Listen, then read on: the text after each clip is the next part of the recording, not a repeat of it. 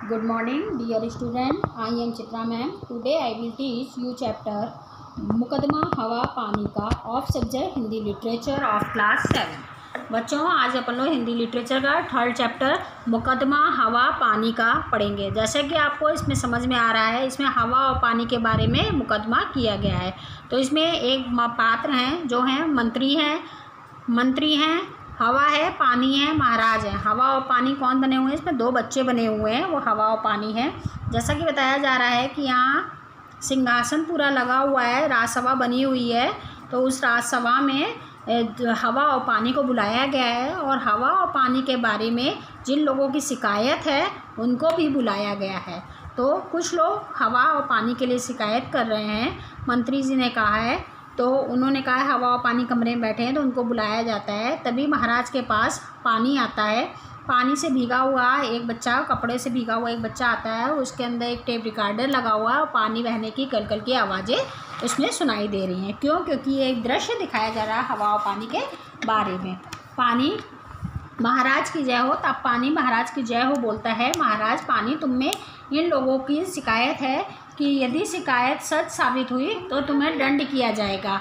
तो उन्होंने कहा ठीक है, पहले आप मेरी नाराज़गी बताइए कि इसमें नाराज़गी क्या है। तो लोग बाग कहते हैं जैसे पहले ये निर्मल हुआ करता था, अब ये पानी बिल्कुल भी निर्मल नहीं है। तो उन्होंने कहा क्यों अब तुम निर्मल नहीं हो? तो पानी इसमें अपनी सफाई देते हुए कह रहा है कि महाराज पहले मैं निर्मल हुआ करता था क्योंकि लोग बाग मुझे साफ़ रखते थे। अब लोग बाग उसी में उसी में कूड़ा डालते हैं। और साथ में जो जानवर होते हैं, पशु होते हैं, पशु को जानवर कहा जाता है, जानवर होते हैं उनको छोड़ देते हैं उसमें नहाने के लिए। तो जो उनके जानवरों में गंदगी लगी रहती है वो सब मेरे पानी में घुल जाती है। और गांव के तालाबों में अपने घर का निकाला हुआ कूड़ा फेंक देते हैं, कारखानों से निकली हुई गंदगी फेंक देते हैं, ये सब पानी मेरे में फेंक देते हैं। ये पानी मेरा खुद ही गंदा हो जाता है, मैं खुद इससे परेशान हूँ। पानी अपनी सलाह रखता है। तो लोग बाग कहते हैं कि इसने तो जवाब दे दिया, इसमें इसकी क्या गलती है, ये क्यों नहीं निर्मल है। तब फिर लोग बाग कान में फुसफुसाते हुए बोलते हैं कि चलिए ठीक है, ये तो हमारी बात है कि हम इसको गंदा कर रहे हैं, लेकिन ये बताइए ये कहीं बरसता है और कहीं नहीं बरसता है, तो इसमें तो इसकी ही मनमानी है, इसमें हम लोग की क्या मनमानी है। तब महाराज पानी से कहते हैं क्यों, ये तो गलत बात है, कहीं तुम बरसते हो कहीं नहीं बरसते हो। तब पानी अपनी फिर सफाई देते हुए क्या कह रहा है, सुनिए ध्यान से। पानी कह रहा है कि मेरी इसमें मनमानी नहीं है, मैं तो जिधर ढाल होती है उधर चल देता हूँ। लोग बागों ने इतने पेड़ काट दिए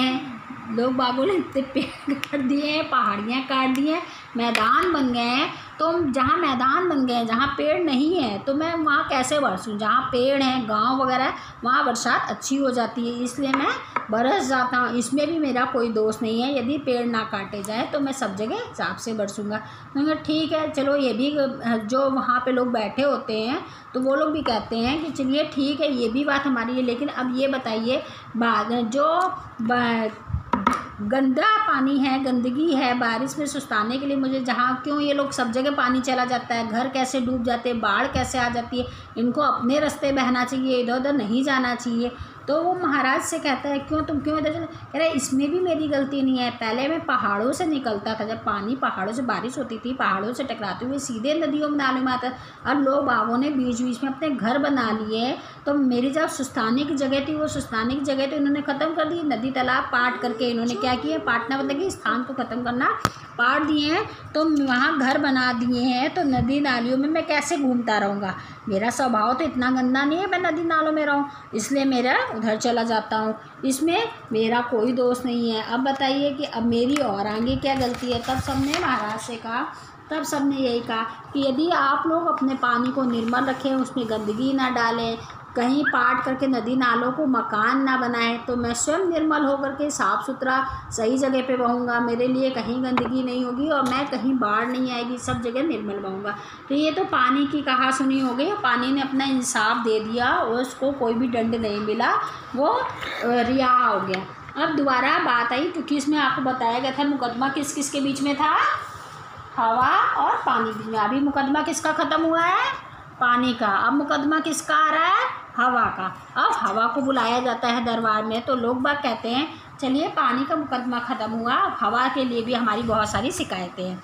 तो पूछा गया क्यों, हवा की क्या शिकायत है? तो लोगों ने बताया, आदमियों ने बताया कि हवा से हमको शिकायत है कि ये बहुत खुशबू देने की जगह हमको बदबू देती है।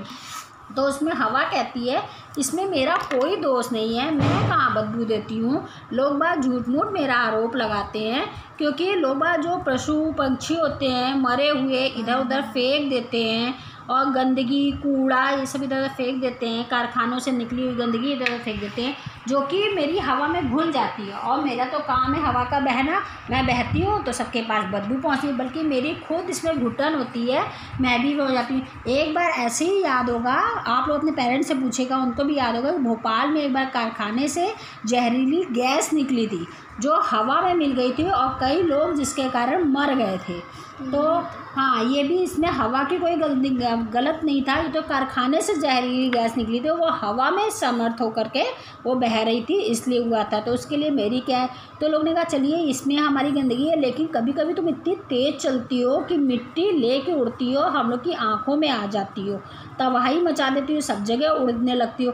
तो कह रही चलना तो मेरा काम है, आप कहते हैं तो मैं रुक जाती हूँ। वो तुरंत क्या करती है, अपना इंसाफ लेने के लिए वो तुरंत रुक जाती है। यदि हवा नहीं चलती तो क्या होता है, हमको घुटन होती है, हमको सांस लेने में मुश्किल होती है, क्योंकि जो हम सांस लेते हैं वो क्या होती है, हवा होती है। तो सब लोग कहते हैं नहीं नहीं तुम चलो चलो, ऐसे यदि रुक जाओगे तो कैसा होगा। कह रही बताइए कभी हम कैसे रुक सकते हैं, नहीं रुकेंगे।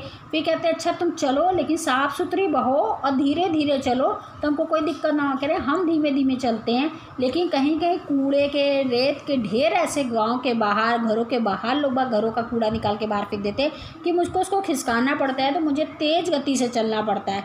इसलिए क्योंकि लोगों को यदि गर्मी लगती है तो वो लोग क्या करते हैं, पंखा तेज़ कर देते हैं, कूलर तेज़ कर देते हैं, तो उससे भी मेरी हवा बहती है। इसमें भी मेरी कोई गंदगी नहीं है। यदि लोग बाग दुकानें घर गाँव सब साफ़ करके कूड़ा पॉलीथीन में डाल के सड़कों पे ना फेंके, कहीं अलग जाके उसको डस्ट कर दे, तो उस ये भी काम ख़त्म हो जाएगा। तो सबकी बात मानी गई और सबको सलाह दी गई कि आप लोग घर से बाहर गंदगी ना फेंकें, घर के अंदर गंदगी रखें, पेड़ों को ना काटें, जिससे पानी की परेशानी ना हो। इस चैप्टर में ये बताया गया पानी और हवा को आप स्वच्छ कैसे बना सकते हैं। समझ। Thank you.